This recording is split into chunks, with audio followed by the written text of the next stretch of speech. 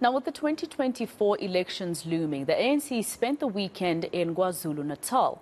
Its National Working Committee engaged with the party leaders in the province, and they've also provided an update on the energy crisis in the country. Now, let's discuss the visit and get comment on how the president is dealing with the fallout from the U.S. ambassador's accusations that South Africa has supplied Russia with weapons. To do this, I'm joined by political analyst Sipho Seepe. And Sipho, thank you very much for your time here on eNCA.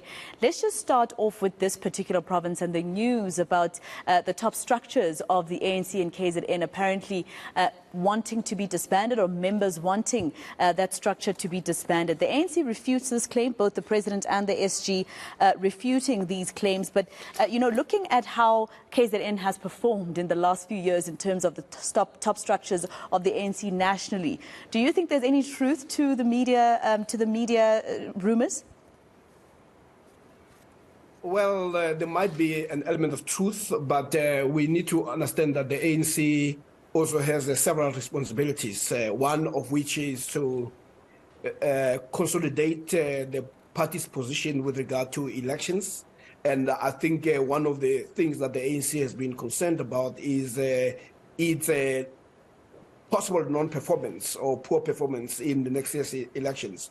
So going to KwaZulu-Natal is also about addressing what one may consider to be weaknesses in the party's leadership there. And secondly, we must also be alive to the fact that both the DA and the IFP have made inroads in the areas that were controlled by the ANC. And no party that is responsible that wants to go into elections will ignore that. And it is also about addressing those issues. But we also know that it is also a province that never gave thumbs up to President Ramaphosa's leadership during the context. So it is very important that those people who did not think that you are good enough to be a leader, you continue to convince them that you are not sulking about it, but also it's about embracing the people that may not have supported you. So KZN is also very important for another reason, that it is one of the most populous provinces in the country. So you can't ignore its importance. So one would say there are those 3 or 4 elements that would make the ANC to be concerned and to visit a province like KZN. Just to be brief, one is about strategizing about the next year's election. 2 is considering that this is a populous province and you're going to get most of the votes from that province, and it's very important that you pay attention to that. Secondly is also about consolidation of the new leadership, especially when that leadership did not enjoy support from that province. All right, let's talk about what the president said yesterday, basically slamming the U.S. ambassador to South Africa, that's Ruben Brigitte, for his comments around South Africa allegedly supplying arms to Russia through a vessel that was docked in Simonstown. What do you make of how the ANC has reacted to this, bearing in mind that at some point the same president had said that we'd pull out of the ICC, came back the next day through a statement saying that was a mistake. So clearly these events are not isolated, right? Yeah.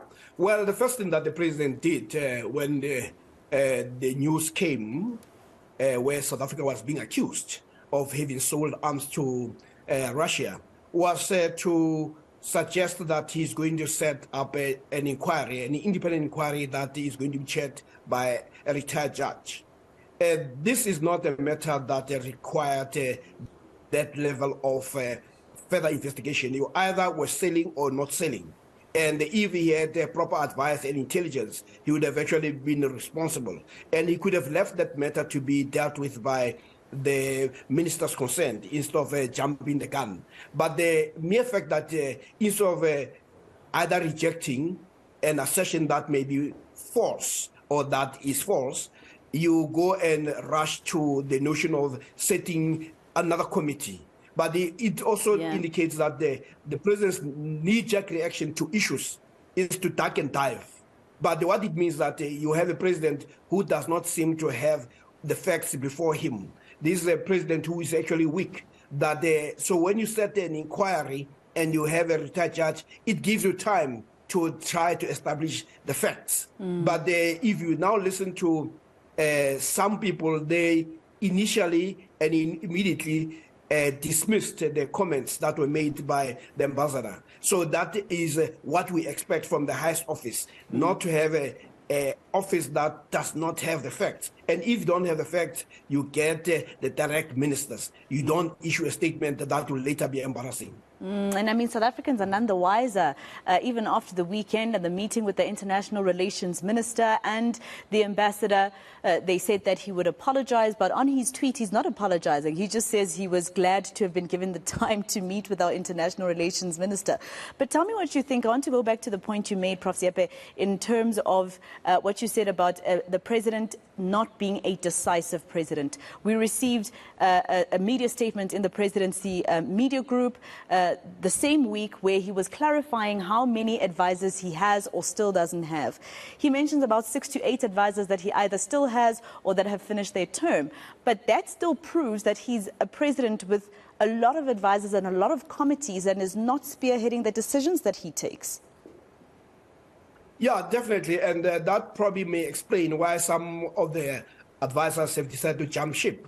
They could be jumping ship because they realize that they are of no value to the president, that if they present him with advice, he either ignores it or gets another advice elsewhere. So if you take yourself seriously and you find that you're not taken seriously, then the most honorable thing for you is that my services are not required here and I go elsewhere. But also when people decide to leave, especially a position like advising a president, which is what most patriots will want to do, to simply saying, as patriots, this highest office is about saving our country. There could be no better position. But when they decide to leave, it's also a motion of no confidence to their boss. So that says quite a lot of, it gives an indication of why the president seems to be unable to answer even simple questions. That's why the president, his knee-jerk reaction or first port of call is to set up a committee to investigate even the most obvious things that can be answered by ministers. I think his response to that is that he would talk about a Trudy, for instance, who finished her term, so he'd say she didn't leave me, and he would talk about Marupine Ramokgopa, who he says, no, she didn't leave me. She, elevated in the structures of the ANC and in governance. But lastly, Mr. Seepe, in terms of our energy crisis in South Africa, government at some point was not speaking the same language on whether we're going to see the end to load shedding or not. Is this reason big enough to see the ANC, which has been going down in terms of its support in every election, is this reason for them to worry a lot for next year? Well, they have every reason to worry because they, as a ruling party, all the things that South Africans go through, when you have load shedding, when you have businesses collapsing, when you have a collapsing infrastructure, when you have schools that are not functioning, hospitals, and people dying because of lack of electricity, you should know that it sends a perception about what type of organization you are. And already there are polls that indicate that because of load shedding, first, the load shedding has led to massive job losses. Secondly, we know that the load shedding has destroyed the businesses. And thirdly, we know that the people who are used to having electricity are not going to take kindly to the fact that whereas in the past you had electricity you don't have, and you know who to blame because this is a self-created crisis. The ANC spent time debating on whether they are going to be focusing on renewables or coal until the matter was ultimately resolved that coal is still king in South Africa in terms of energy provision. But that debate was unnecessary. Even the accusation against the director, he was accused of being more concerned about renewables instead of addressing the concern of load shedding immediately. So these are the issues that ultimately the ANC must take responsibility as the ruling party. Yeah. It cannot be saying that we did not know. It is at the helm of governance, and the people look at the performance of that government. The president had made a number of promises, and those promises have come to naught.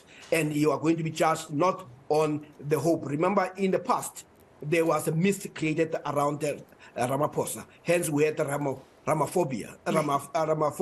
Yes. Now what we have is more Ramaphobia, where people are really concerned that should we trust this guy again? Hence, people talk about Ramarun or Ramageddon. A lot of Rama. Thank you so much for speaking to us, Prof. There's Professor Sipho Seepe, a political analyst there, speaking to us about the DA, or rather the ANC, probably giving the DA on a silver platter next year's elections and its moonshot pact with regards to the power cuts that we're experiencing and are likely to have experiencing worse this winter.